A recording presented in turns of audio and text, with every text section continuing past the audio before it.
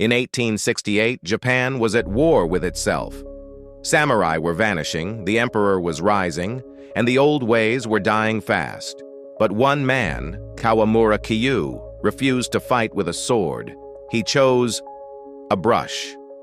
Born into a samurai family, Kawamura turned his back on violence and became a painter. But not just any painter. He dared to blend Western realism with Japanese tradition at a time when doing so was considered betrayal. Critics called his art heresy. Officials tried to silence him, but he kept going.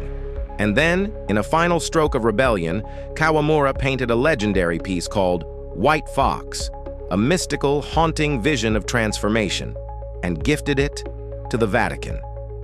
It still hangs there today, a forgotten samurai's quiet protest in the halls of Catholic power.